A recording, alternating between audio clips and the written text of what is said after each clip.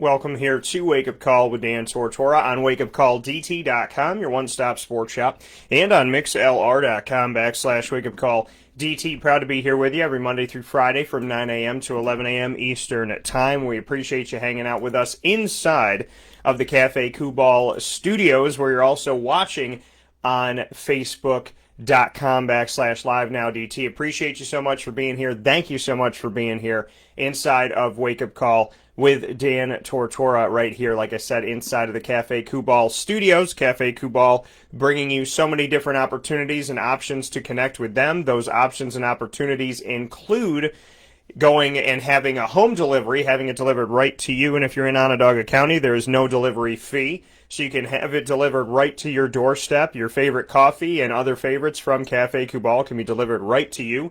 The mobile cafe where Cafe Kubal will come to you, and they will be serving some of your favorites and some great opportunities and a lot of fun with their staff that are going to be in your community as well as at your place of business. And they have their neighborhood cafes, which are located on 208 North Townsend Street in the Holly Green Cafe, their newest location. Also, Golisano's Children's Hospital, the Salina Cafe on 401 South Salina Street, the Eastwood Cafe on 3501 James Street, and the Creek Walk Commons that is located for you at 324 West Water Street. So however you can connect with Cafe Kubal, make sure that you do that today. And let us know. Shoot us a message on social media at WakeUpCallDT, Twitter at CallDT, and Instagram at WakeUpCall_DT. Obviously, the first one being Facebook. So we thank you so much for being here and for hanging out with us. Those of you that are here with us on Sundays, you know that we split the video into two parts. And so on today's broadcast, hour number one will come to you inside of the Cafe Kubal studios, and it'll be in one video with the Midweek Blitz. And so we'll have the Midweek Blitz here for you, and that'll be one video here, and then we'll go to their secondary video, which will be fantasy football. The reason why we split it up on Wednesdays is because of the fact that fantasy football is such a massive part of what we do here on Wake Up Call with Dan Tortora that we need to put these videos by themselves because we upload them onto YouTube, and we also put them onto our WakeUpCallDT.com page so that you can have a connection with Wake Up Call, with Dan Tortora, and all of our fantasy football coverage. So for all the divisional things that we did, for our draft grades for everybody that's in the Wake Up Call Fantasy Football Challenge here in Central New York at the Wildcat Sports Pub, as well as in Florida and our Marywood Alumni League, all of those, every single owner in there got graded. So if you're an owner and you didn't listen to it or watch it, make sure you do today. And then we did our reality predictions, where we predicted the entire field before the season even started. Who's going to make the playoffs, who's going to win their divisions, and then the seeding 1 through 7 with that extra wild card spot. We went 1 through 7 now, put it all together, AFC, NFC, chose the AFC, NFC championship matchups, and picked the Super Bowl, and picked the champion and the score. So if you want to check all of that out, you can go to youtube.com/WakeUpCallDT, and you can also go to WakeUpCallDT.com to the Fantasy Football tab, and if you click on Fantasy Football itself, that'll take you to our main page, and then if you go to the tab and you click on Fantasy Broadcasts, that will take you to our broadcast archive. So you don't want to miss an opportunity to connect with Wake Up Call with Dan Tortora, and we appreciate every single one of you that does so, and thank you so much for your connection to us and for all that you do to be interactive on social media as well as on our videos and so much more. So thank you so much for that. With that being stated, I do want to let you know Cafe Kubal today on Wednesday, September 16th is available from 9:30 to 10:30 a.m. during the show today. They'll be at 299 Donlin Drive. That's 299 Donlin Drive, and you can order your food there. So that's the street food finder letting you know where they're going to be. And they just finished up on Buckley Road. So the mobile cafe has been going around our community, and you could definitely check them out and connect with them. So make sure that you do so today, and I thank you so much for everybody that's connected with Cafe Kubal in some way, shape, or form. So truly appreciate that. With that being stated, like I said, a lot coming up today on the broadcast. We'll start off the show with the Midweek Blitz, and the Midweek Blitz will be with Julian Whigham, Syracuse Orange football alum, and myself, and we'll be discussing Syracuse at UNC. We'll be coming off of that because Julian and I have not spoken about that together. So we will speak about Syracuse at North Carolina, and then we'll get you ready for the upcoming Syracuse at Pitt. We'll address some of the things that we saw in game number 1 that we'd like to see get better in game number 2 or remain the same. And then we will also take a look at the overall college football worlds and let you know some of our picks for a week 3. And for those of you that might say to me, why is it week, Dan, how can it be week 3? How can it possibly be week 3? Syracuse is only playing their second game. Well, that's because Syracuse and the ACC started a week behind other schools. So it's technically week 3 in college football Division I AFBS. And so we'll be giving our week 3 picks as well at the tail end of our conversation with Julian Whigham that's coming up here in just a moment on Wake Up Call with Dan Tortora. Inside of Mom and Pa's Kettle Corn and Popcorn Factories, what's poppin'? And after that, you see the Wake Up Call helmet with the Wildcat logo. That means it's the Fantasy Football Power Hour, and that's always brought to you by the fantastic people at the Wildcat Sports Pub. And so we'll be getting into the Fantasy Football Power Hour in hour number 2 with Mike Sofka of Hall of Fame FantasyFootball.com. He'll be joining us to speak on our fantasy notes of week number 1. We'll shout out the winners in the fantasy leagues as well. So we'll do our fantasy notes, shout out our fantasy leaders in the Wake Up Call Fantasy Football Leagues, and then get you ready matchup by matchup for week number 2. We'll tell you what we're thinking as far as fantasy football advice for every single game. So make sure that you're listening into that. We'll cover every team, every game, and we will also give our predictions for who we think is going to win the game in its reality. So we give you the fantasy value, and then we choose who we think is going to win in the reality of it all, who's going to win each of these matchups this week in week number 2 of the NFL. So plenty of NFL coverage coming up, plenty of fantasy football coverage coming up in hour number 2, and every single Wednesday in the second hour of the show at 10 a.m. to 11 a.m. Eastern Time in the Fantasy Football Power Hour. So make sure that you connect with us in hour number 2. And for those of you that are listening, you don't have to do a darn thing on mixlr.com/wakeupcalldt. You just sit pretty. For those of you that are watching on Facebook Live, you will just have to bounce with us into a new video on facebook.com/livenowdt. So happy to have you here. Thank you so much for all of your messages, your positive energy, and all the good that you bring. Let's have a great show, which we always do because God is great and I'm doing what I love and I get to hang out with some of you and I've gotten to meet and talk with some of you that are listening and watching and whatnot, and I can't thank you enough for your positivity and all the kindness that you bring forward. So thank you for putting some light into the world, and I pray and I hope you continue to do so. I hope that you have light in your worlds that is given right back to you, and I also hope that those of you that may not have been given light to the world, that you start, because the world could always use a little bit more brightness. So thank you to all of you, and let's have some fun here this morning where sports meets life on Wake Up Call with Dan Tortora. We'll take a step aside. When we come back, Julian Whigham will be joining us here inside of the Cafe Kubal Studios with the Midweek Blitz.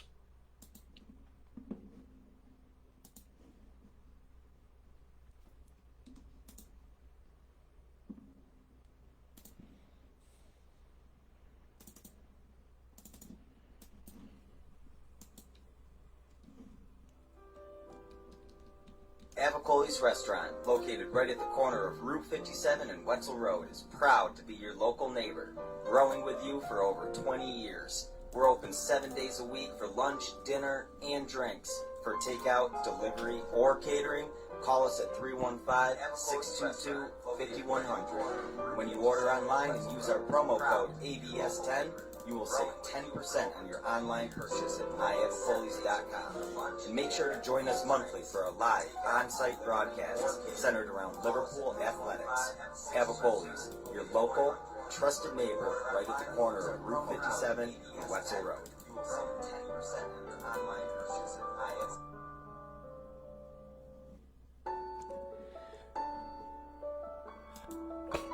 Having peace of mind when you're out of town that your furry-loving friend is safe and sound means taking them to Canine Campground, because we all know that when it comes to the love of our pets, it goes well beyond the call of duty to make sure they're safe and sound. Right, Lily? So take a ride to 242 Johnson Street in East Syracuse, New York, and see Canine Campground and where your dog will be staying, in the classic cabin, the executive cabin, the grand cabin, or of course the luxury cabin, because if you know Lily, you know she loves luxury. Now you don't have to wait to the last minute to find a family member or a friend that'll take your dog for a few days. Call Canine Campground at 315-299-4013. That's 315-299-4013. Their drop-off and pickup times are Monday through Sunday. Check K9campground.com for more information. That's the letter K, the number 9, and campground spelled with a K.com. K9campground.com. When you're going out of town, bring your dog to Canine Campground.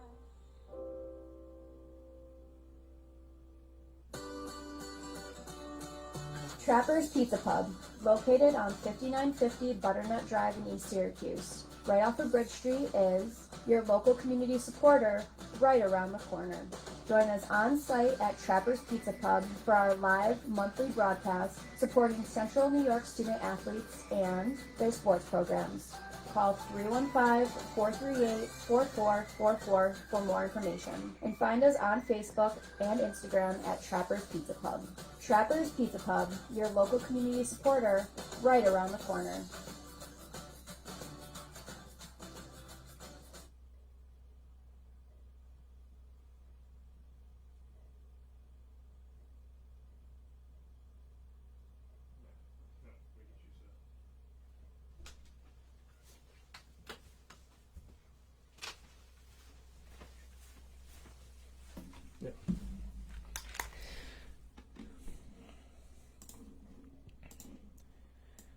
Welcome back here to Wake Up Call with Dan Tortora on WakeUpCallDT.com, your one-stop sports shop, and on MixLR.com/WakeUpCallDT. Proud to be here with you every Monday through Friday from 9 a.m. to 11 a.m. Eastern Time.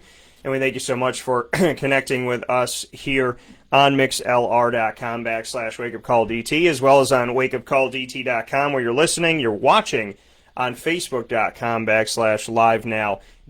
All of it inside of the Cafe Kubal studios. You can get home delivery in Onondaga County. You are not charged a delivery charge if you order in Onondaga. You can have the mobile cafe come to you. It's in Liverpool today. This morning it's been going around. The community was on Buckley Road a little bit earlier, so you can go and meet them in your local neighborhood, and you can find out where they're going to be by following them at Cafe Kubal, that's Kubal, on Facebook, Twitter, and Instagram.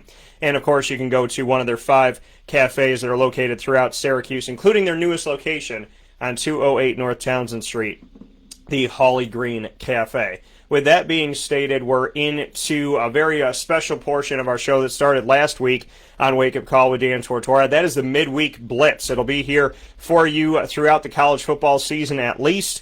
And it is here with my co-host, Julian Whigham of Syracuse Orange football history, played corner for the team. So let's bring him in. We're talking Syracuse, North Carolina. Coming off of that, going into Syracuse Pitt, taking some thoughts here on Pitt's game against Austin Peay to debut, and we'll be making some college football picks for Week 3. So let's bring the man in. Julian, how are we doing today?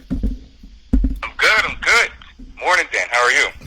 I'm doing well, man. I got to tell you, I've been having some really weird dreams. So I don't know if it's the Honey Nut Cheerios or something I put in the barbecue sauce, but I've been having some really, really strange dreams lately, and it's throwing me off. So I don't know if I don't know what is going on, what's in the water out here. I got some new candles. Maybe somebody put some buku, I don't know, type of magic in here. I have no idea. And right when I said buku magic, the flames started to flicker, so now I'm terrified. So, how are you today? I'm doing well, man. You know, it's funny you say the strange dreams thing, man. I have this thing where whenever I eat pizza a little bit too late at night, same thing with me. I'll have the craziest dreams. My cats start flying around or something. And I wake up like, where am I? And, of course, cat's right over my head. So it's usually the food right before bed for me. Scientifically, I hear I hear it's because when you eat and then you have your brain is a little more active, like the right side of your brain is where your dreams come from, and the calories from your food give it the energy while you're sleeping. It starts to make all these weird connections that usually don't take place when you're awake. So that may be a hint towards what are some of the causes of those dreams, Dan. It could be food late at night, man. I'm trying to tell you. I'm a little bit mortified by the fact that the flame has not stopped flickering as much as it was either. So let me, God is good. God is here. I got a picture of Jesus. Oh, I just said God is good. God is here, and the flame slowed down again. All right. I think we're all right. I'm really. We should just do a video on YouTube of me watching the flame and then saying things and seeing how it reacts. Let's see what it reacts to when we talk about Syracuse. But we're talking about Syracuse, North Carolina first here in the Midweek Blitz, taking a look back to game number 1. Julian, I'm not going to load the question. I have thoughts. I'm just going to send it to you first. What were your takeaways from game number 1 for Syracuse? Yeah, so on the defensive side of the ball, I was pretty impressed. We talked about last week what we were expecting to see from the 3-3-5 and what we wanted to see.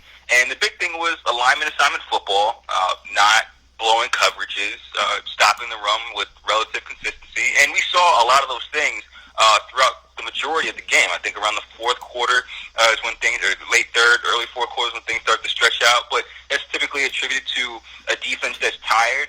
Whenever you're +3 in the turnover margin, that gives you a really high win probability. But and obviously in Syracuse's case that didn't happen. But when you see a team create 3 turnovers or a +3 margin on the board and they still lose the game by so many points, that's a clear indicator that your offense is struggling, and that's exactly what we saw. A lot of the same issues from last year, where the offensive line was still struggling, lots of shifts, guys injured, quarterback play wasn't exactly what we hoped it to be, just not on the same page, DeVito not on the same page with his receivers, and right now I'm still giving that offense the benefit of the doubt in terms of not having a spring, not having a summer, and not being able to work out together and getting shape. So across the board, I think there's a lot of things working against the offense, and I also think it's really important to remember as a public that defenses are always ahead of offenses at this point, no matter what level, whether it's high school, little league, college, pro. Defenses are always ahead of the offense for what we explained last week. It's easier to act and react, but early on in the season, defenses are just acting. They're using what they have, and they're just going, whereas offenses, they have a lot of structure and installs to make, and typically early on in the season, defenses take advantage of limited playbooks and guys still learning what to do. So it was good to see Syracuse defense take advantage of, or at least look good for a few quarters in the 3-3-5 and not make too many mistakes. It was good to see their best players like Andre Sisco make plays. But, it's still a long season, and I was encouraged by what I saw, but on the offensive side of the ball, I think there's still some things that need to be tinkered with. Yeah, I definitely agree with you that, offensively there was a lot of question marks. I spoke with Tommy DeVito, and I'll be airing that inside of my pregame show that we have here that we do every week, Syracuse pre and post on Wake Up Call with Dan Tortora. And so I'll be going into that a little bit deeper, but basically, he said it was the tiny details. According to him, it was just it had to do with timing, and it was some tiny details. You and I had an opportunity to watch some film of Tommy DeVito, and we'll talk about that in just a little bit. But what did you see from Tommy in this game? And what did he show you in this matchup? What can you say as far as your takeaways were? Yeah, so I'm seeing him drop back, and I'm seeing the same thing as a lot of people in the public, where he seems to hold the ball a little bit too long at times, questionable accuracy on a deep ball. I was disappointed that we saw a lot of the same things from last year in terms of the inaccuracy, seeming to scramble for his life all the time, just not being the quarterback that we expected. And, to what he said, timing wasn't there with his receivers, which is a summer thing. That's something that guys, during the spring, especially with an indoor stadium in Syracuse, that's something that guys, like, they'll wake up either early in the morning and get together and work out, or they'll be in there, at least from what I've seen in the past, guys get in there late at night and work out together, getting balls and just timing. It's all timing, and the fact that that wasn't happening at all during the spring or the summer, it forces a catch-up period during this fall camp, which I'm sure was mostly conditioning rather than actual football. So it's really difficult for a quarterback to come in and just make plays. And the other side of that is, sure, he's been in the offense for three seasons now, and he had last year where he had a really poor offensive line, so I think his development might have been stunted in that aspect. But going back to his freshman year, he was taking away reps from Eric Dundry, and that was just, to me, that's an endorsement by the coaches that this guy is exactly who he thought he was, and he needs to get reps because he's going to be playing, he's going to be making a lot of plays for us. And that told me, okay, they see something in this guy that's, just exponential, where he's getting reps and he's going to continue to get better and better and better. And from seeing him as a freshman, the beautiful ball deep downfield, like when it wasn't completed, it's like, oh man, but wasn't it beautiful though, right? And you're thinking, man, this kid's going to be really good when that thing finally lands on a receiver. And we saw flashes of it when he was against UNC that season, when Dungey was still a quarterback, when he came back and won against UNC, came back and won against Florida State. We saw flashes, man, this kid can be really good. Yeah. But unfortunately, when he finally got the opportunity, he didn't have the offensive line. He didn't have a star receiver that Dungey was blessed with for 3 years. And Todd Harris is coming along, but we're seeing a lot of those same issues now where the offensive line still isn't there. He didn't get a summer and a spring, and also struggled with, finding a number one guy. We kind of labeled Todd Harris as that guy who's shown a lot of ability, but he hasn't put up the same numbers as guys we've seen in the past. So I think there's a lot of things missing that would have really helped DeVito's development, and that was what was pushing me to see, like, what is this kid's strength? Like, what was it about him that was supposed to be so amazing for Syracuse University? Why was Coach Baber so high on this guy, and why did he have so much hype? Just, between both me and you, really slow on hype on recruits. But this guy was someone I was really looking forward to see, and unfortunately, so far we haven't quite seen it. So that was the reason in going back to his high school tape and checking out what kind of kid this was before that. Yeah, and so we have the opportunity to now go to that high school tape, and something that I credit Julian with, dug up last night, and we got to take a look at this, and now you're going to take a look at this with us. We do want to let everybody know we do not own the rights to this. This is something that is obviously available to everybody on YouTube. It is a highlights film for Tommy DeVito, and so you'll see, what he can do here for Don Bosco. So I'm going to hand it off to you, Julian, as we watch the first pass attempt that he had.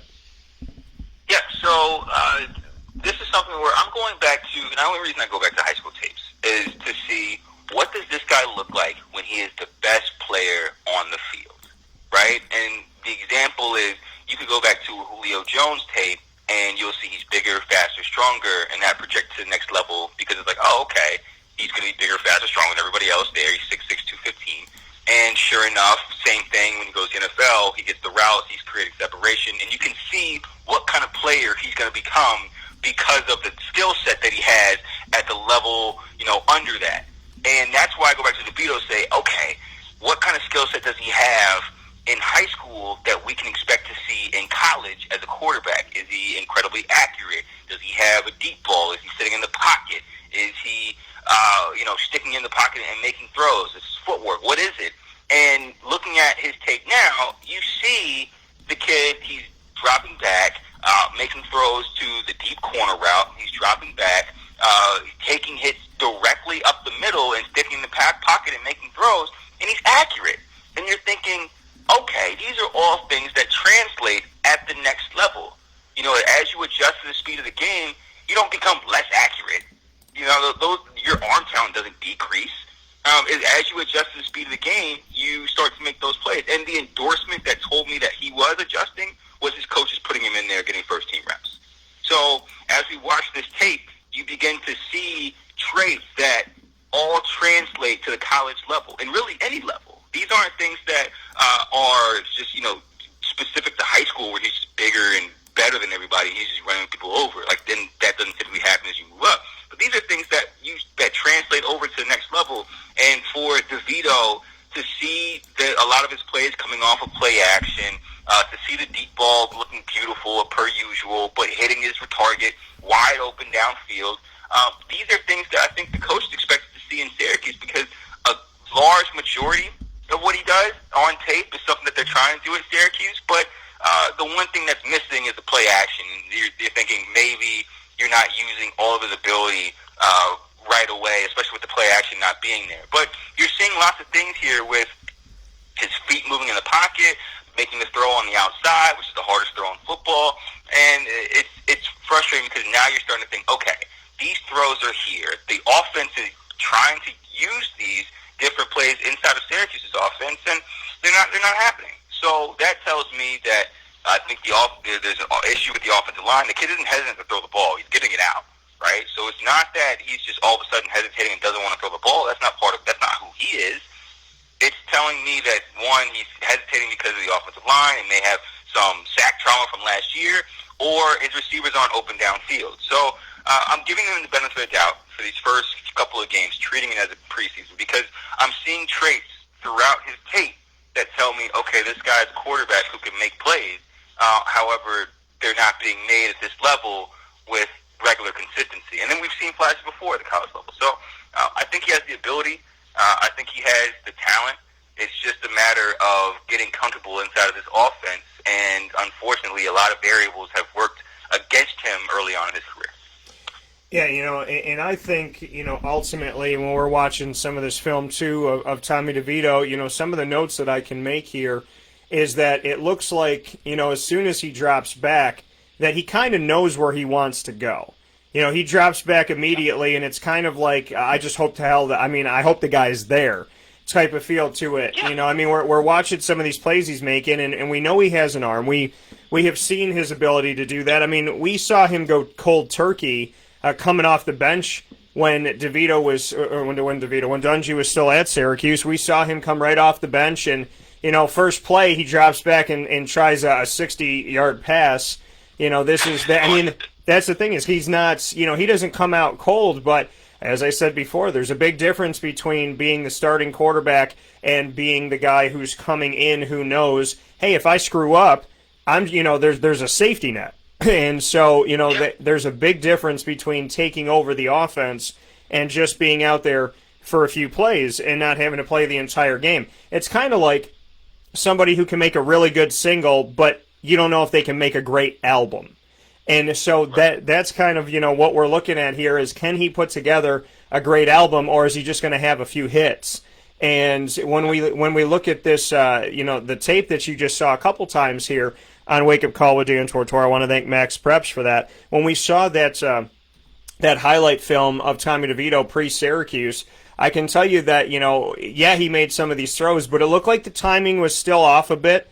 It looked like, some of those receivers had to come back for the ball. It looks like the receivers kind of broke free, and they were kind of just waiting for the pass to come to them. So I would say, having some more speed and getting it out. I would say, having some timing down a little bit better. I think better defenses going up against them. Not that Don Bosco is any slouch by any stretch of the imagination, and that New Jersey doesn't have talent. It's just some of those throws, I'm looking at them going, yeah, Clemson wouldn't let that happen. Yeah, Florida State wouldn't let that happen. Notre Dame wouldn't let that happen. So, there's good things to take away from it. To me, there's also a little bit of timing. To me, there's also the fact that, maybe these receivers are coming back to make a play. Maybe they're already where they need to be and the ball's not there yet. And probably the most glaring thing I saw from this video pre-Syracuse is that when Tommy drops back, as soon as that ball's hiked and he drops back, he's throwing it out. And and to me, that's not vision. That's him saying, okay, I got my A. It's kind of like playing like PlayStation or Xbox or whatever. It's like, I got my A, my B, my X, and my Y. I know I'm going to Y. And so he just drops back and throws to Y and hopes to God that Y is going to be running the right route. And, so a lot of these plays look good, but, Julian, I'd love to hear what you have to say in some of my analysis here. And one of the biggest things to me being, I wonder about his vision and if he's really seeing what's going on in the field. And because even in this pre-Syracuse video that we're watching, it looked as if he always knew where he was going before he was going there. I didn't really see him drop back and survey the field on every play. I saw more of a drop back, I'm going to Y, throw to Y. I'm going to A, throw to A. I'm going to X, throw to X. Instead, and that doesn't work in college football because you gotta be able to have that really quick vision, and that's one of the things that I've been wondering is how is his vision? Watching back this tape, it looks like he really didn't rely so much on his vision as he did his receivers running the right routes.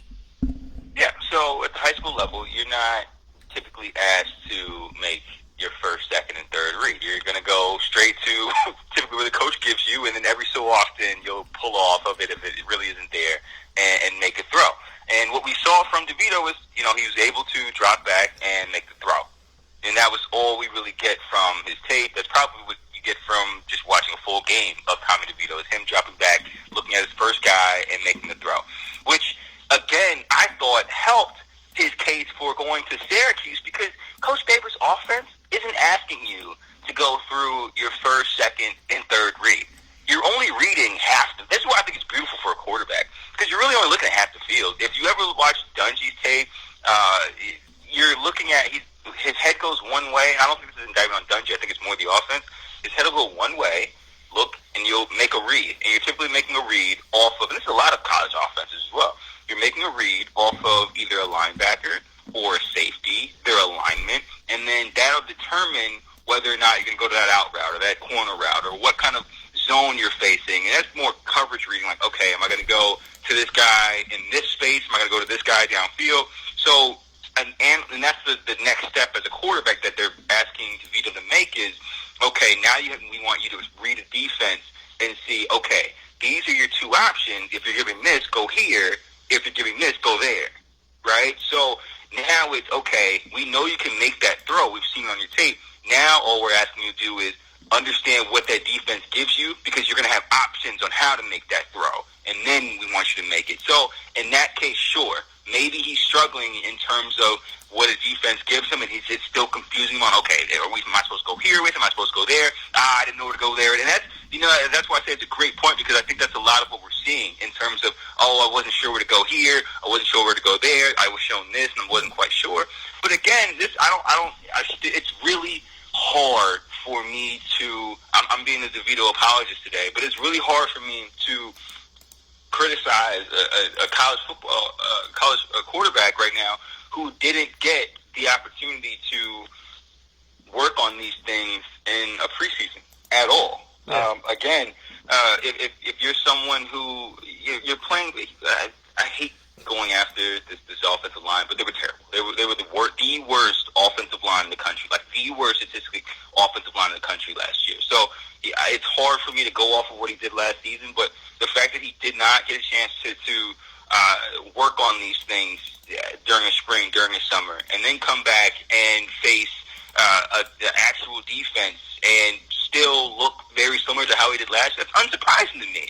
If you were to take a math test and you don't do anything to prepare for it, yeah, you're probably going to get the same score, right? You're not going to look any better despite how well you did in math the year before, right? If you keep coming in and you didn't prepare for it, you're going to look exactly the same. So I think it's interesting that, or how we're expecting DeVito to develop, because he hasn't been given the tools and the opportunity to really shine, but we know he has that ability. So I'm giving him, I think everyone should, give him the first couple of games. Give him a couple of games to get under his belt and understand what he's supposed to be doing with this offense. Let the Coach Babers be who he's supposed to be, coaching this guy up. He's got a new offensive coordinator to help this guy along. So the hope is by mid-year, or at least after the first quarter of the season, this guy kind of has an idea of where he's supposed to go with the ball, what he's supposed to do, with a little bit of measure. But, it's still one of those things where I can't entirely say this guy can't play and I'm ready to go to the next guy. I haven't seen that from DeVito yet, but I have seen someone who hasn't been prepared in a way that utilizes all of his talents, because we all see that it's there. It's not something that we're saying this is a wobbly football that never makes his target. Like, he can obviously play, and it's a matter of putting him in a position to. Yeah, and that coming from Julian Whigham, my co-host here for the Midweek Blitz, as we take a look at Syracuse, North Carolina, and then going into Syracuse, Pittsburgh, and in amidst all of this, giving some conversation on what's going on with Syracuse's team and what we're seeing and what we've seen from Tommy DeVito and whatnot. You watching back his film from pre-Syracuse days and trying to get a feel for some of the things he did back then and what was working and what made sense and whatnot. So I think it's an interesting point that you bring up, Julian. I mean, obviously the offensive line last year was a giant struggling point.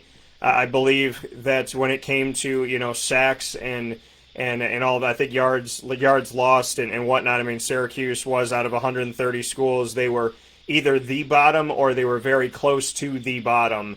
And that's a tough pill to swallow if you're a Syracuse fan or if you're trying to defend Syracuse in any way, shape, or form. The offensive line had a lot of issues, and I told you that was a concern for me. It was a concern for me in general, and then it became more of a concern for me when I had the opportunity to speak with the offensive line and to hear from Aaron Service, who I respect and consider a leader, and I said, hey, where are you playing? And he was like, they really don't have me in a specific spot yet. He goes, actually, they don't have anybody at a specific spot. And I said, what do you mean? And he was like, yeah, they just haven't decided, the coaches don't know who they want where on the offensive line. And I remember going, it's 2 weeks before the season. Like, this is fall camp. This isn't the spring. This isn't, you brought in, a whole new offensive line and you lost everybody. I mean, this is how could you not know what you have? And that trickled into the season, not knowing who they had, not knowing who they could trust, not knowing who they want to put where. I mean, that genuinely led to a very, very tough season. And whenever I saw issues on the offensive line, I always went back to that conversation that the coaches didn't know. And is that on the players that nobody showed up enough? Yeah, it could be on them. Could it be on the coaches for, not making those decisions and not putting guys in certain places for an extended amount of time and moving them all around? Yeah. So, I mean, I think it's on the coaches. I think it's on the players. It could have, when it comes to fundamentals, you look at coaching on that. You also look at who coached them before. You look at how did they take in that information. Did they have really great coaches? And because like you said, you don't forget technique. You don't forget. I mean, if Tommy can throw the ball, he can throw the ball. If you know how to shoot your hands, you know how to shoot your hands. If you know how to pick up certain guys, you know what it's like to be on the left side and shift to the right. Some of these things don't go away, but ultimately the offensive line last year it didn't sound like it was ready as a unit, and they showed that on the field. And now as we step forward into this season, that has to change. It has to change dramatically from last season. And, I think there were some good things. I think the line, there were times where the line blocked in this game against North Carolina where DeVito stayed in the pocket. And he stayed in the pocket to the point where his linemen are blocking for him and blocking into him because he's not moving. So, these are things where you look at DeVito and say, okay, well, this has to change on your end, but then the line could do this on their end. And I think it's just kind of a back and forth. I don't think you want to see these guys point fingers by any stretch of the imagination, but the reality of it all is it's not all DeVito, it's not all the line, but it most surely is a lot of the offense. 100%. 100%. So as we step forward here, Pittsburgh played Austin Peay. I know it was their, a different way to start the season. It's the way that you typically start a season if you're in, one of these ACC schools and whatnot. To go up against a team that you expect to win, give yourself some momentum as you go into your conference season. But this is a very unique year for everybody. What can you say about going back and watching the film on Pittsburgh going up against Austin Peay? They won this game handily, scored in the 50s, didn't allow a single point. What could you take away from this game?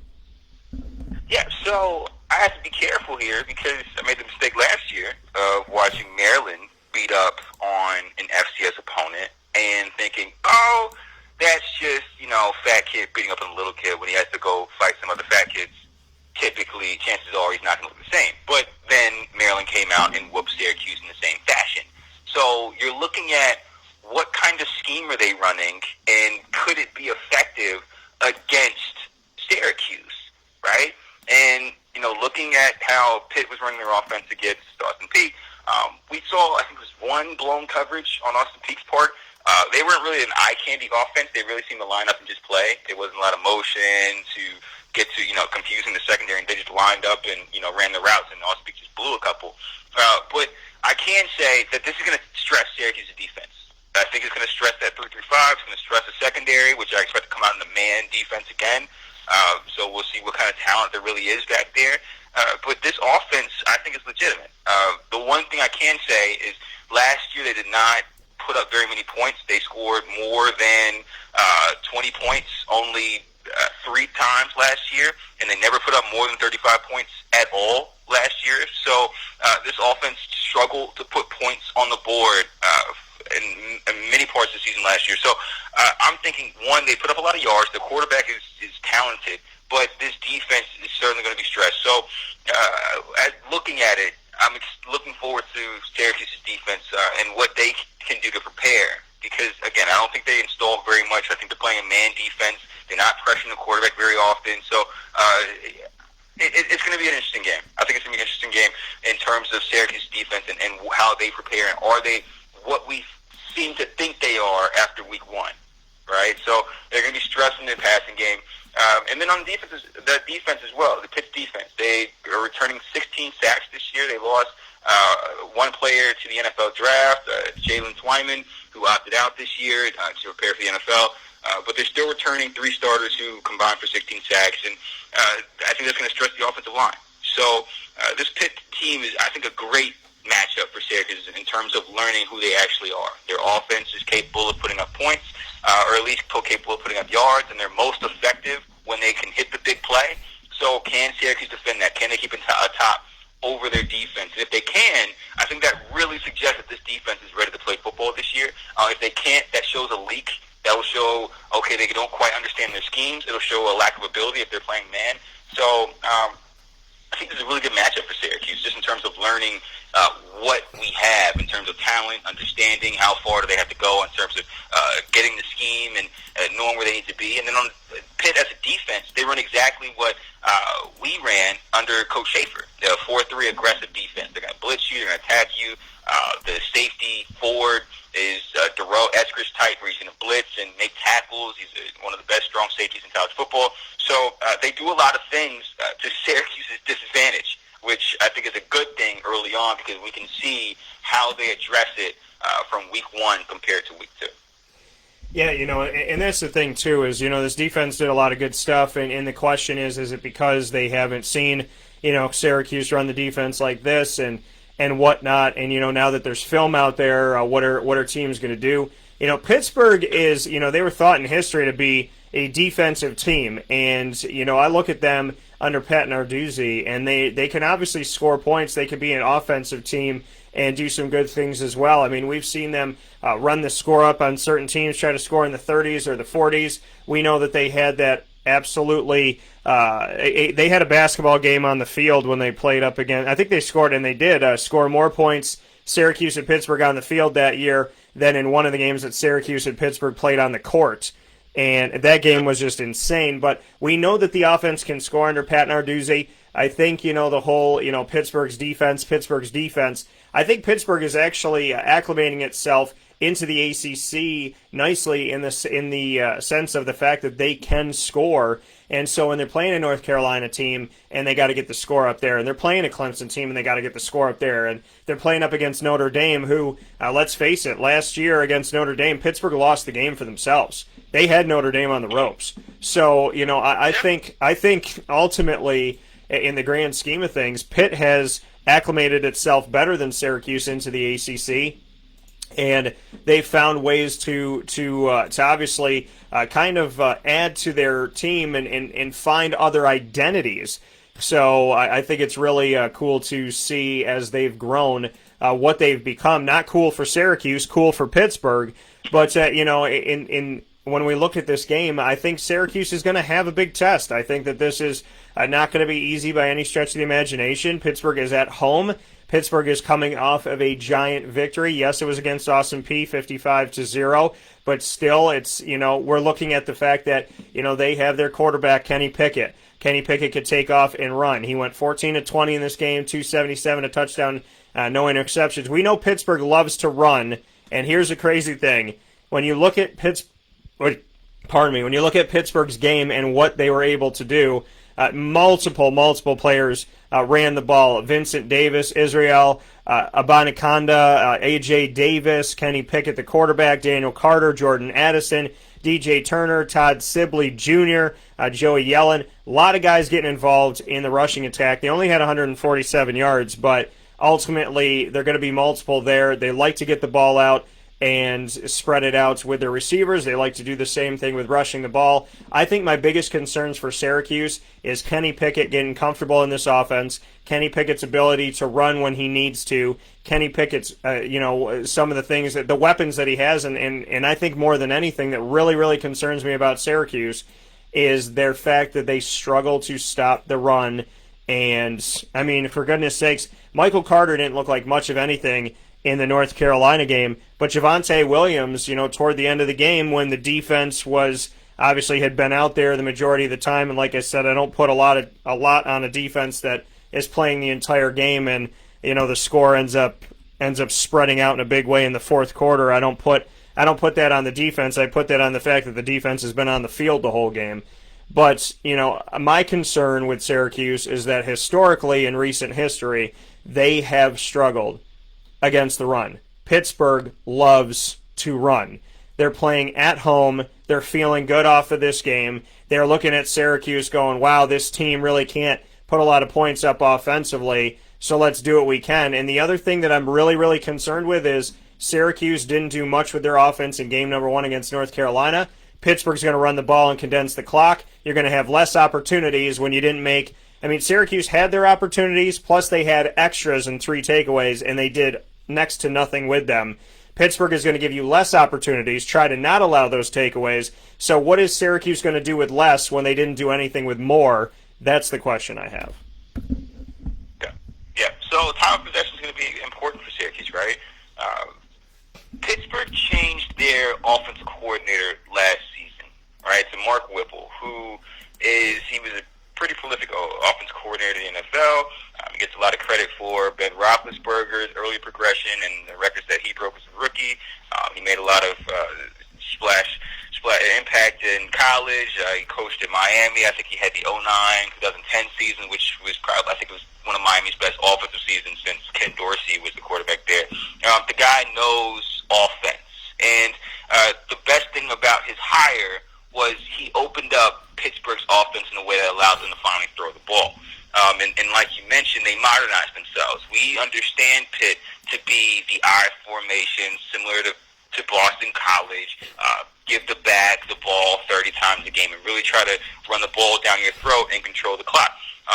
What Coach Whipple has offered Pitt's offense is a little bit of a diversity.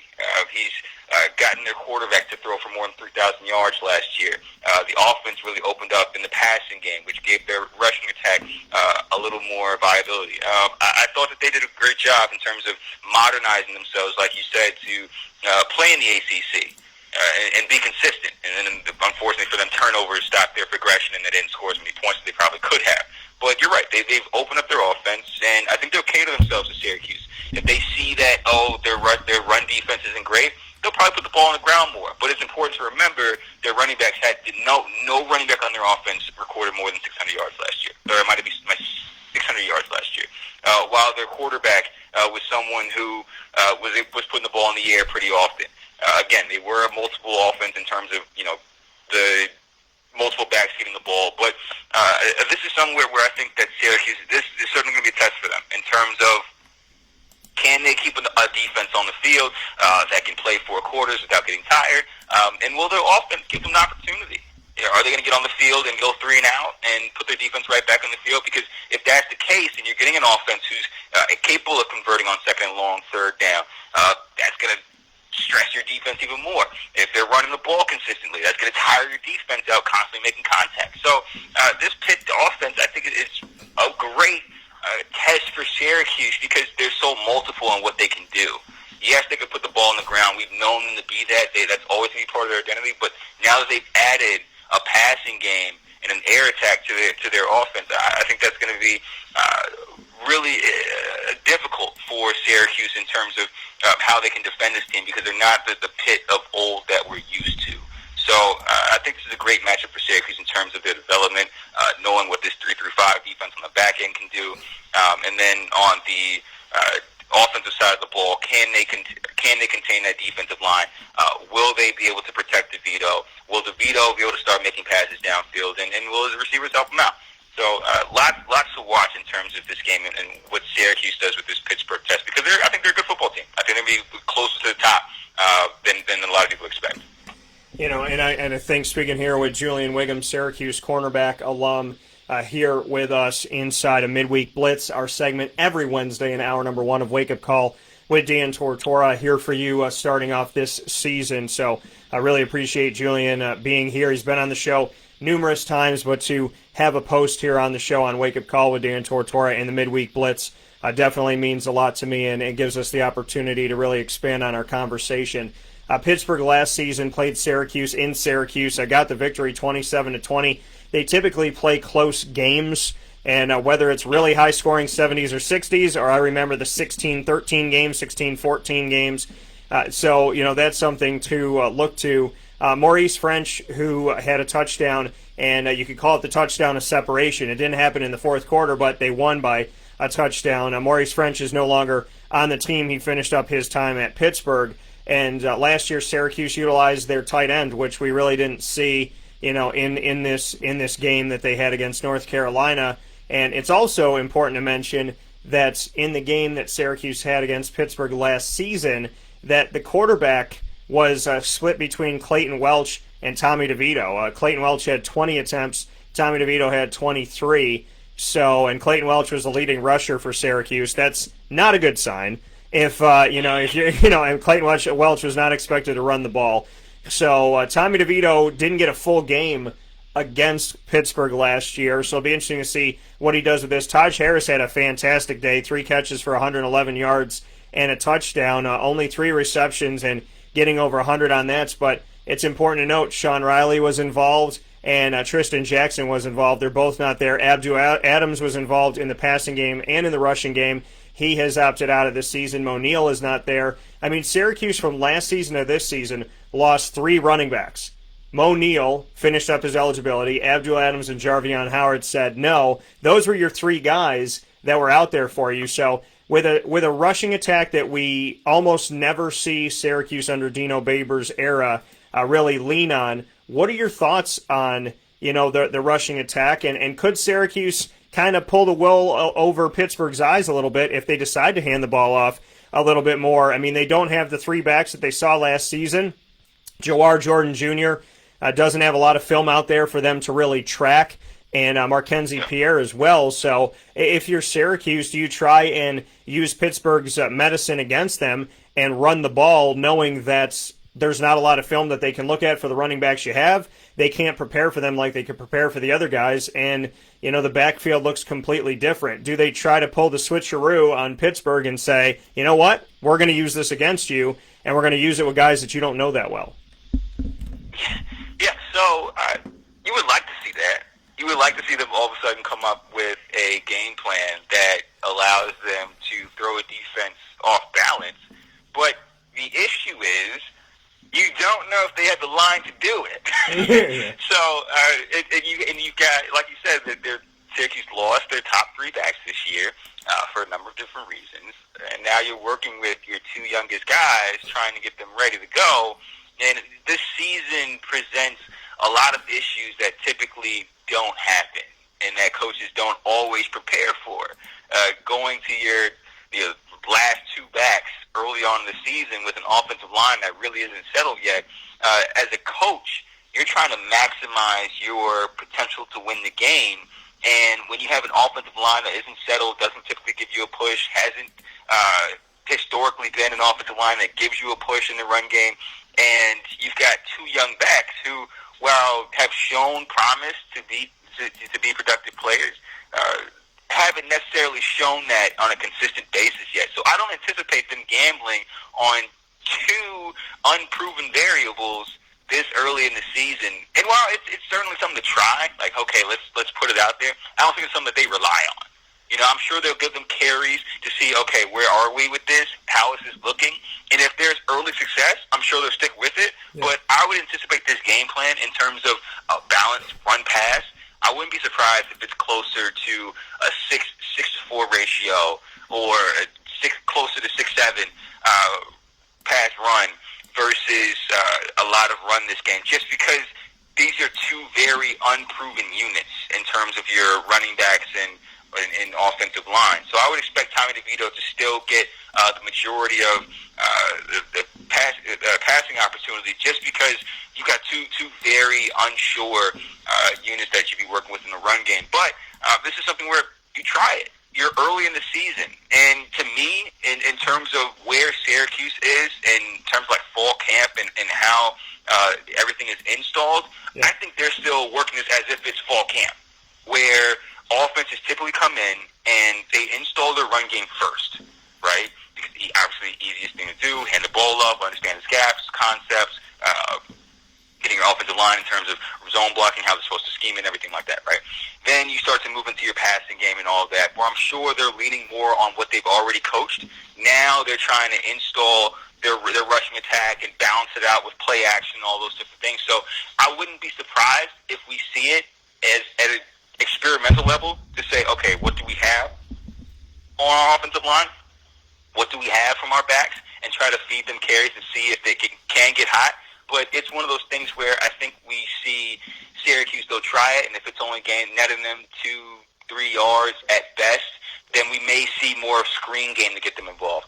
We may see more swing passes to get them involved, because that's more of Syracuse's speed. It's a space offense where they want to stress linebackers, they want to stress corners, they want to stress safeties in any way possible. And I'm more inclined to believe that they'll likely use those running backs in a capacity where they're more involved in the passing game than run, because this offensive line just hasn't proven that they can get a push up front, especially against Pitt's defensive line, which is one of the better defensive line units in the ACC. So I'm expecting them more to use their running backs more in a receiver capacity, which isn't a bad thing. It gets them touches, it gets them involved. But I don't expect Syracuse to really utilize the zone read scheme with it at a heavy capacity this week, just because how great of a defensive line Pitt has. Again, and their linebackers aren't entirely proven. While they do have a great safety prospect and forward, I don't expect Syracuse to really go crazy with the run game. It may hit, it may not, which is a terrible analysis as I'm saying it. It might work, it might not. But I don't expect Syracuse to be relying on the run game, just because both of those units that you would need for that have not proven themselves and aren't stable to the point where it's like you can really rely on those guys. So expect Syracuse to run or pass the ball to start, and if they get opportunities with the run game, they may keep feeding it, but it's not going to be a heavy part of their offense, especially early on in the game. That coming from Julian Whigham here on our Midweek Blitz that is here for you inside a Wake Up Call every Wednesday starting at 9:15 a.m. Eastern Time. You can find us right here on Facebook.com/LiveNowDT and on MixLR.com/WakeUpCallDT. I do want to make a note here, Julian, as we're stepping out of this before we make our picks really quick, that, I think for Syracuse, coming off of what you were saying, I think the biggest thing is, can the defense continue to, electrify? Can they get a guy like Kenny Pickett to have a turnover? Andre Cisco and Trill Williams. I mean, there's something to be said about, North Carolina really didn't try Trill Williams aside. And so, if they're not trying him with Daz Newsome, somebody that we see in the return game and somebody that can be a weapon for them, that says something about Trill. Andre Cisco leading the country in active interceptions for a career and getting one the first game that he has a chance to get one this season. Now he has 13 overall. To see them both back there, as well as Iffy, Fatu Melifonwu and company, it's going to be interesting to see how that defensive back unit and the rover and being the heavier parts of this defense in a 3-3-5 with the 5 being on the back end, can they continue to impress? Can they do good things? Can they shut down? Because if they continue to grant opportunities for the offense for Syracuse, that's huge. You know, this offense for Syracuse really didn't move, really didn't get a lot of things going. I didn't see North Carolina as the threat that I thought that they would be. I didn't see them as a team, and again, it could be because, really didn't have much of a camp for anybody, not much of a spring. In the fall, you're trying to figure things out. You don't know if there's going to be a season or not. Guys can opt out. But I didn't see North Carolina as the threat that I thought that they would be, and I thought that this was a game that Syracuse really could have, in the minds of a lot of people out there, that they weren't expected to win, that they could have gotten this one. And so now I want to see, can this defense continue to create opportunities for the offense, and what's the offense going to do with it? I know it sounds pretty textbook and pretty easy, but will the defense continue to impress in week number 2 now that there's film out there about them? And on top of that, what is the offense going to do with those opportunities? Are they going to run the ball? Is Tommy DeVito going to be able to drop back and make those reads? Yeah, like you said, in high school, you don't have to, right? Coach says throw to Y, you throw to Y. But in the NFL, in college football, you do have to be able to drop back and survey the field. You have to be able to look at the entire field and see what opportunities are there for you. That's what a great quarterback has, is vision. That's what a great point guard has, is vision. You have to be able to see the floor, see the field, and it's those players that will always stand out. I mean, you could talk to anybody in the history of anything with basketball, and if you don't know John Stockton, then you don't know what it takes to be a good point guard. So, and Tim Hardaway and so on and so forth. So there's a lot to be stated about vision. I want to see Tommy DeVito survey the field. I want to see him make these plays. When he gets out in the open field and he has an opportunity that Dungy would have loved to have had, just commit to the run, take off, do what you got to do. I want to see him get the ball out of bounds when he needs to get it out of bounds. I want to see him roll out of the pocket. I want to see him throw on the run. There's a lot of things I'm looking for DeVito. I'm going to be watching this line to see how much time they give him, but they definitely gave him more time in this past game against North Carolina than I really saw them give him last year. So can they continue to improve on the O-line? Will Syracuse commit at least a little bit to the run to see what they got? Because, listen, Pittsburgh's defensive line, in and of its, this is where Aaron Donald came from. We're talking about some great players that have come through Pittsburgh. If you are going to play Pittsburgh and you're going to be one-dimensional, you will lose. If you're going to play Pittsburgh and you can't take the ball away from them, you will lose. If you're going to play Pittsburgh and you can't stop the run, you will lose. If you're going to play Pittsburgh and you can't block to save your life, you will lose. So all the questions I have about Syracuse, I guess it's good, Julian, that they get to answer these in week number 2 and not week number 10, but this is going to be a big week to show, does Syracuse look like Austin Peay after this game, having 50-some-odd points scored on them, or do they make improvements, and can they face off against a team that I don't think gets enough respect, but you're going to have all you can handle with Pittsburgh, and it's going to be a great litmus test to see where this team is at, if they are improving, and if some of these things we circled last year are being addressed this year. Yeah, 110% agreed. This is, again, a great test for Syracuse in terms of what we've seen them struggle with versus what they're going to be challenged on. And it's going to be exactly that. What have they struggled with? Because those are exactly going to be challenged on. Their offensive line, facing a great defensive line. Their secondary, facing a capable offense and a good quarterback. And their defense. Can they consistently stop the run and give themselves an opportunity to control the ball?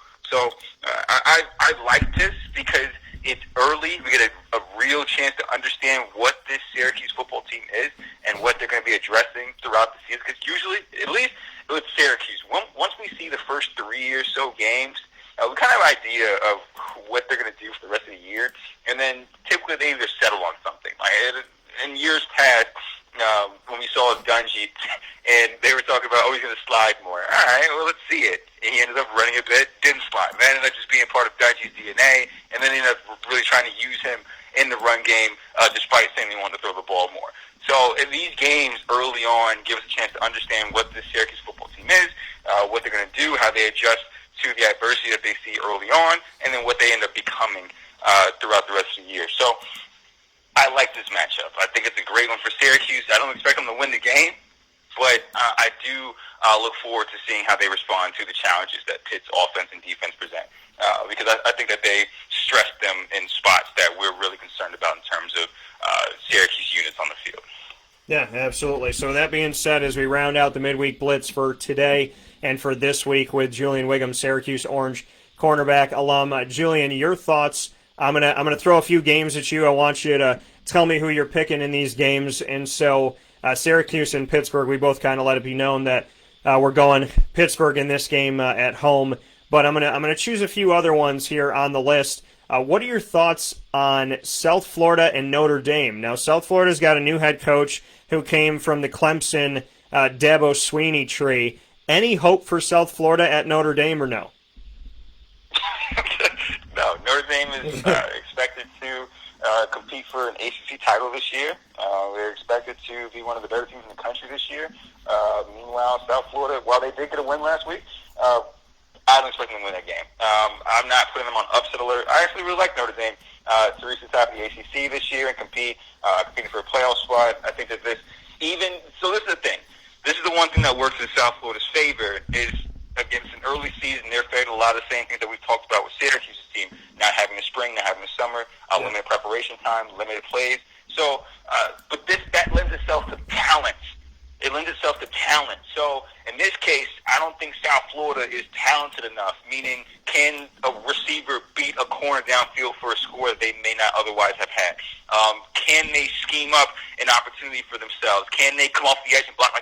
Just little things that would give an underdog an edge from a talent perspective doesn't lend itself to South Florida. I don't think that they're at the level that allows them to make those plays and gives themselves a chance. So, no, I got to go with Notre Dame for that one.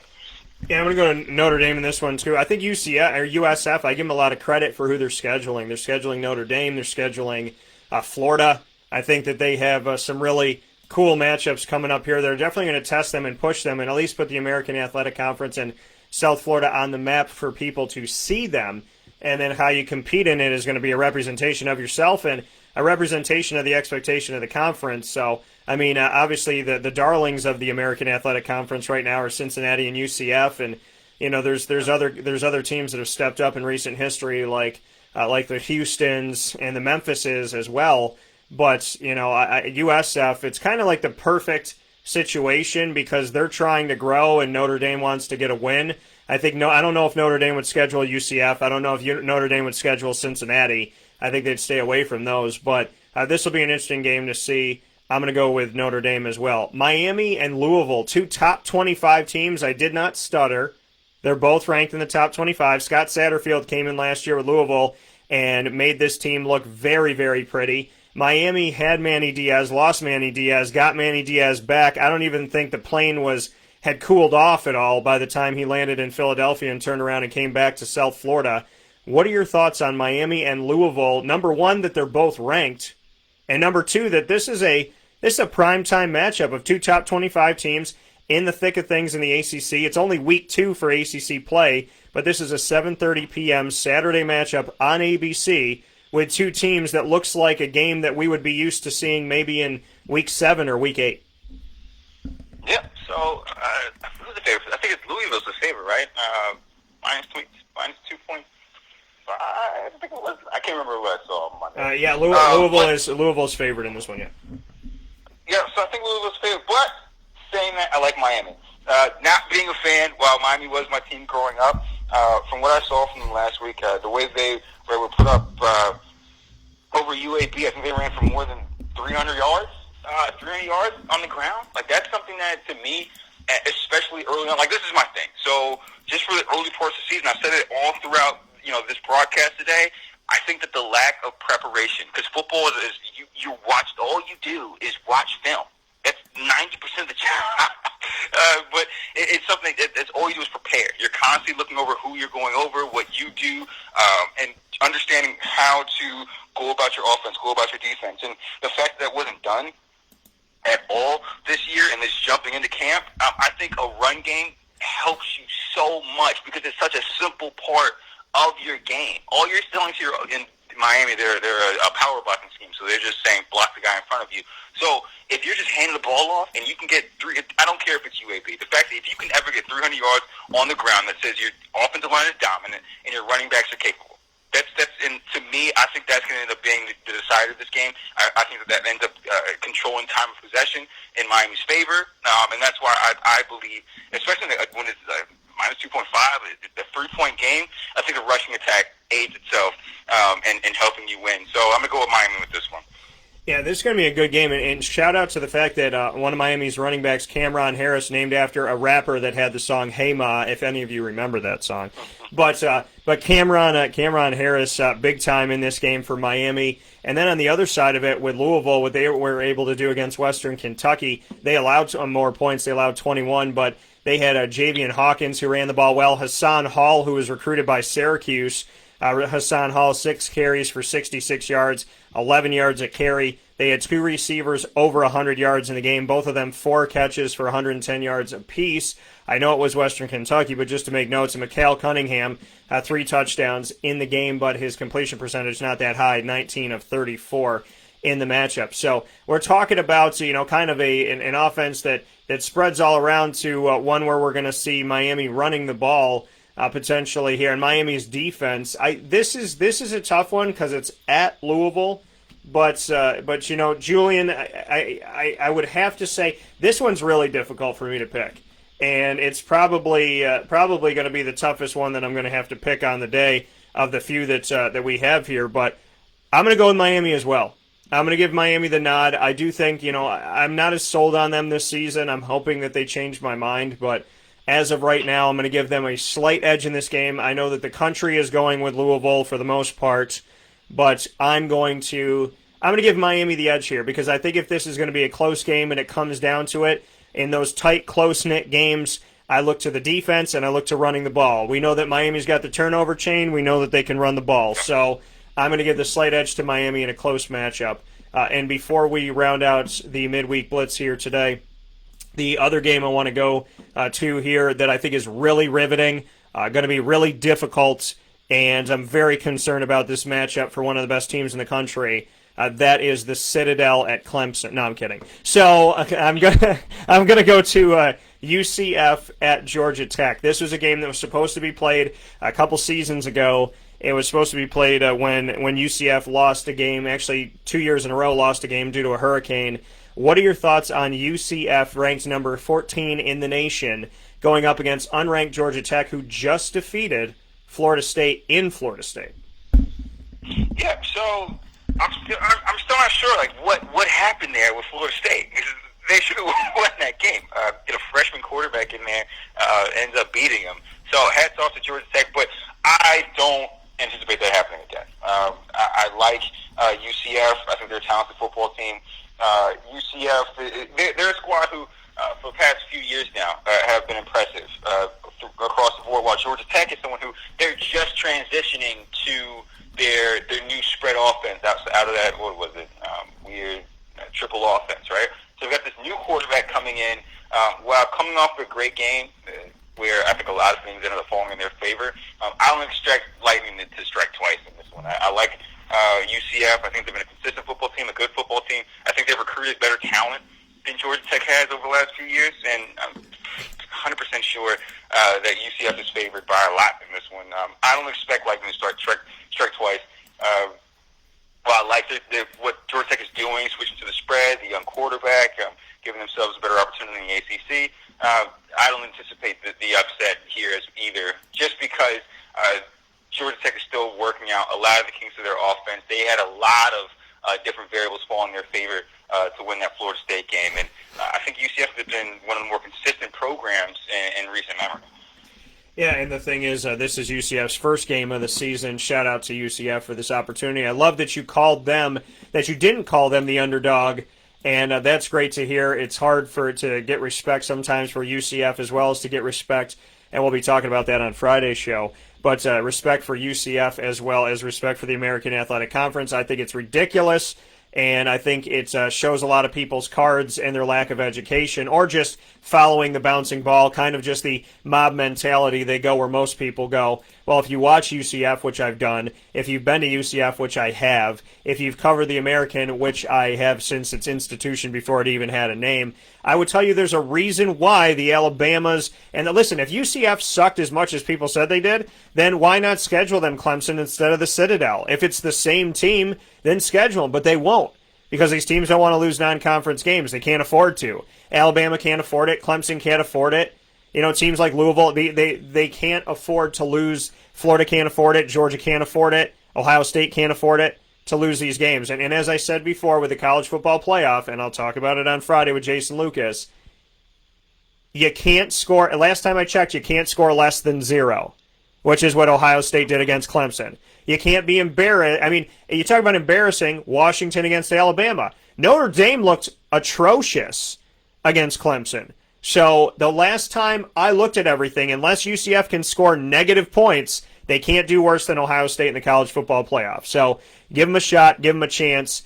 And if they lose, oh my God, you could put them in a pile with Washington, Pac-12, Ohio State, Big Ten, Notre Dame, historical program that doesn't need to have a conference because they have special rules that nobody else has to adhere to. So, I just think the case against UCF is just BS. And ultimately, I'm excited to watch them play. I'm excited to finally see this game happen. So I hope that all the Hurricanes either dissipate, go back into the water, and delete themselves. Let's make sure we have the game this year. So, and I'd love to see it come off and see some good things happen. But as always, Julian, I appreciate your time. We agreed on all of our picks here this week. So you and I are either going to be 4-0 or 0-4, baby. That's how it goes. And we'll see how things rock from here. But hoping for some improvements for Syracuse. And you'll be sure to know that Julian and I will check the tape and be back here next Wednesday to talk about it. As always, my friend and my partner on the show here with Midweek Blitz, I appreciate you, Julian. Hey, no problem at all. Happy to be here. I appreciate it, Dan. I'll talk to you soon. That coming from Julian Whigham here on Wake Up Call with Dan Tortora, where sports truly meets life. We're going to take a quick step aside for a fast break. When we spin back around, Mike Sofka will be joining us with the Fantasy Football Power Hour right here where sports meets life on Wake Up Call with Dan Tortora.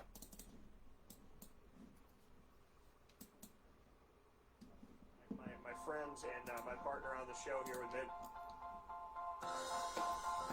Cafe Cabal Mobile Cafe brings the cafe experience to you. We'll roll out to your neighborhood or office, ready to serve our locally crafted espresso bar to our loyal patrons. Inquire at cafecabal.com. Cafe Cabal, coffee for the soul.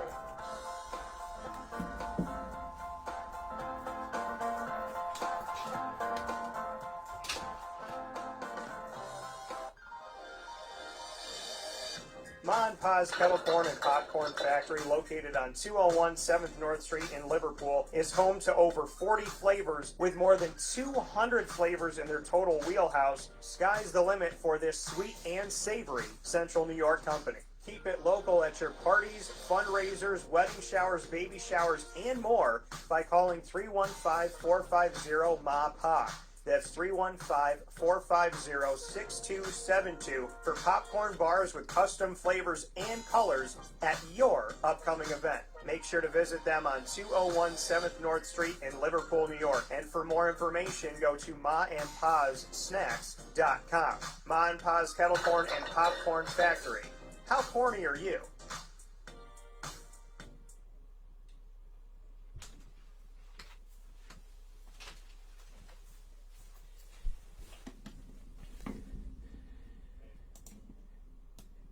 The Millhouse Market, located on 3790 New York 13 in Pulaski, New York, is worth the drive every time. Make sure you find your way out there wherever you are. Make sure that you jump in the car and get yourself out to the Millhouse Market with everything on their menu. Just absolutely amazing and incredible. I haven't found any place like it, and I don't expect to, because Rebecca Alford and her team have created these masterpieces. Sandwiches that I would never have thought of in my life have now become some of my favorites. If you go there in the morning, they have their weekday morning special. They also have omelets, breakfast sandwiches, burritos, and breakfast bowls throughout the day. They have their bakery as well as their salads, their sandwiches, specialty pizzas, traditional pizzas that are all in the brick oven, and so much more, as well as their healthy bowls like their quinoa bowls and their grain bowls and whatnot.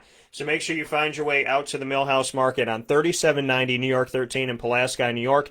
It is worth the drive every time, and make sure you support Central New York and get out there. Download the app today. You can have the entire menu, contactless pay, and once you're all set with that, you'll drive right out to the Millhouse Market and you can stay in your car, pick up your food, grab and go, making it easy, making it safe, and always being there for us in the community. We want to thank the Millhouse Market for being truly special, truly unique, and our taste buds more than anything else are the ones that thank you. Millhouse Market, 3790 New York 13 in Pulaski, New York. With that being said, we're going to end this video here on Wake Up Call with Dan Tortora on Facebook Live, on facebook.com/livenowdt, because every single Wednesday, fantasy football gets its own video so that we can put that all into the library and make it easy for you to get to when you're setting your lineups and whatnot. So we will take a step aside here on Facebook, but we'll be back momentarily.